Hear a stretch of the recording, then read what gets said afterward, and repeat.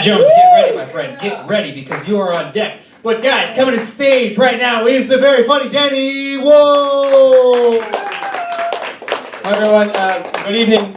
I'm just passing through. I'm visiting from another state. It's a real pleasure, actually a privilege and an honor to stand here and be your bitch for the next 7 minutes. I hope you'll be gentle. I'm acutely aware that there's sort of a demographic gap here, a demographic sort of dissonance, if you will. I've been at this for about 2 years, and I'm used to performing with people who are young enough to be not just my children, but even my grandchildren, if we were Bolivian. I can't compete with hair buns like Jared has here, or the six-packs, or anything like that. I think the only thing we probably have in common, me and you, is probably our tax bracket. That's probably the only thing. Like I said, I'm from out of town. I live in Washington, D.C. It's great to be here in California. I don't come often. Every time I do, though, I'm dazzled. I recall what great fucking dentists you have. It's just, there's a shock and awe component to your oral hygiene, and just every time I come out, I'm just dazzled by that. Yeah, like I said, I live in Washington, D.C. I work downtown within spitting distance of the White House and evil Dr. Cheeto. I was born and raised in Washington, and I used to be proud to be able to say that, and now with him there around the corner, what it makes me want to do is just sort of move up the date of my next colonoscopy. Now, for all you millennials out there, or immortals who either you probably don't have, well, you don't need health insurance or don't have it, the colonoscopy is the thing where they stick the garden hose up your rear and look for gremlins.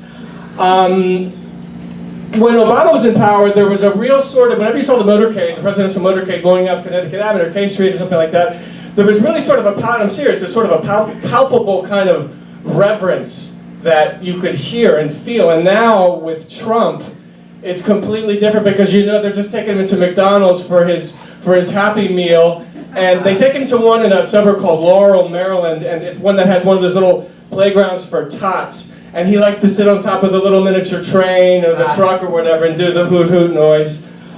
So that's Washington these days. A little bit about me. I'm working on my coping skills. I'm always fascinated by how people get through life, how they deal with difficult situations, and I think mine are a bit lacking. What I often do on a bad day is I watch are you guys old enough to have seen the first Alien movie? Mm-hmm. Right, the chestburster scene, right? Okay. Yeah. When I'm having a bad day, I watch the chestburster scene because it cheers me up, right? I can say, well, fuck, at least that's not happening to me, right?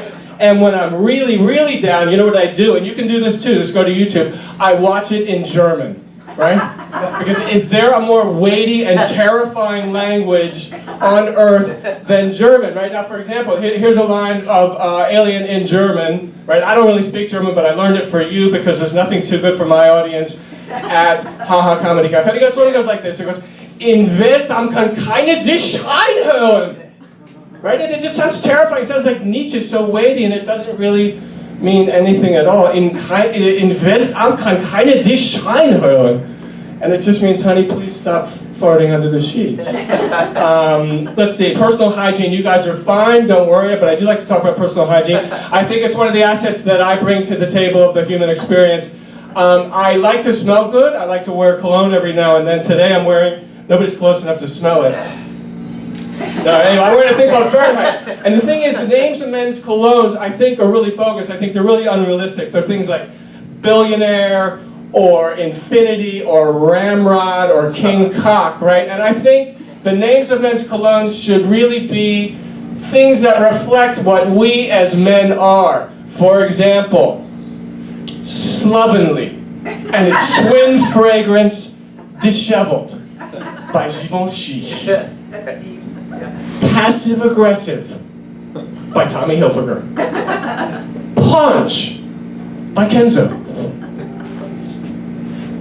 And this is for the older demographic, Intermittently Erect, by Carolina Herrera. Let's see, what else? I'm the proud father of 2 sons, although I'm a big disappointment to them. They were born overseas in a Spanish-speaking country, and we lived there for a long, long time, and I'm terrible at languages, and I never really learn this stuff. So especially when they were little, they would sort of whine to their mother about me, and I'd hear all these like muffled like, puta, and I just never understood what they were saying, but I just somehow sensed that they were not terms of endearment. And now that they're older, I found different ways to disappointment. Well, there's several. For one, I live in a sort of well-off suburb of Washington. I don't belong there. I can't afford it. It's very white, mainly white. The guys usually have to be named either Greg or Craig to live there. They take an occasional Brad. But anyway, so we live in the suburb, and I have to. How do I disappoint my kids? A, I mow my own lawn. I'm the only one left who mows his own lawn. We rent our house. We don't rent our house. We live in this sort of condemned-looking, what we call a Cape Cod. It's sort of like that building in Silence of the Lambs, the house where the bad guy lived, you know, with like all the butterflies in the bottom. So we live there. And I had promised them that we would have, you know, again, they're born overseas. I say, hey, we're going to America. You're going to have the American life. You're going to have a dog, everything, you know. And when we get here, we're renting the house. We can't have a dog. So the best we can do is we have a rabbit. Right? But not only, we're so not well off that we can't even afford the rabbit, we rent it. We rent the rabbit, and it gets worse. The rabbit comes with a name already assigned. You can't even name the fucking rabbit. And our rabbit's name is Steve. A rabbit named Steve, and he wears fucking sunglasses, he smokes, he's a terrible, terrible influence on my children. Listen, is there anybody out there, I know these are popular, anyone out there with a tattoo? Yeah? Okay, yeah. See, as you can tell, I'm fully in the embrace of male pattern balding, right? But I'm trying to have some fun with it. I'm trying to embrace it. And I thought, well, why not, you know, I was thinking maybe getting a tattoo, but why not put it on my bald spot, right? Because that's kind of, I've never seen that, right? That's kind of new, and the tattoo's really young and edgy, so I've been trying to come up with things to put on there. Right, and my kids, my loving little shits of kids have told me, well, Dad, you can probably fit a whole sentence up there now, rather than just like an anchor or mom or a heart or something. So I said, all right, so I've been trying to think of what to put up there. So these are all just sort of working titles. I was thinking of one, like, it would go like this. The fuck you looking at?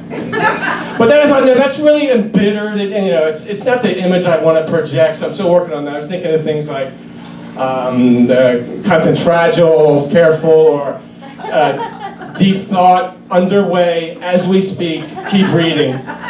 Let's see, what else have I got? Let's go back to President Trump for a minute. You know, I thought that I should, as an American, and you know, things are so messed up with him, that if I could do my bit to try to help, to try to tame this animal. So I thought, well, why don't I write a poem for the president, right? And if I write him a poem, maybe he'll stop being such a dick, right? It's sort of a tit for tat. So anyway, I've written a poem for the president. It's a haiku. Everyone knows what haiku is. It's 575 syllables. I used to be into iambic pentameter, probably like most of you. I couldn't get enough of it. I was insatiable with that iambic pentameter, right? I mean, for me, it was as good as cocaine. Well, no. Not quite as good as cocaine, but anyway. So I've written haiku for the president, and to do this, I'm going to strike a 3/4 pose to give it a little bit more dramatic effect, and I point this way towards Jared because my hairline is about 10% or 3% stronger on this side, and the haiku's going to go like this. 575. You ready? Here we go. Orange doth its hair glow. Excuse me, I fucked up. Sorry. Orange doth its hair glare. Now, stop. That was 6 syllables. I know you're all counting, right? It should have been 5. But what I did was I added what's called an internal rhyme. The last 2 words in one word, in one line, rhyme. So, we're even. I cheated, but then I gave you back the point. Okay, sorry, let's take it from the top. Orange doth its hair glare. Below, the soul rings hollow. Yo, what the fuck? Why us?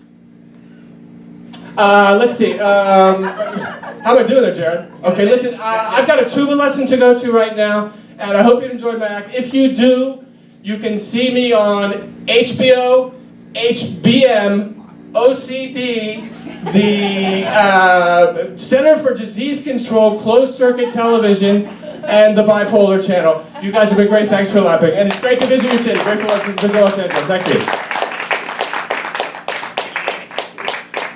Guys, that was Danny Wolves.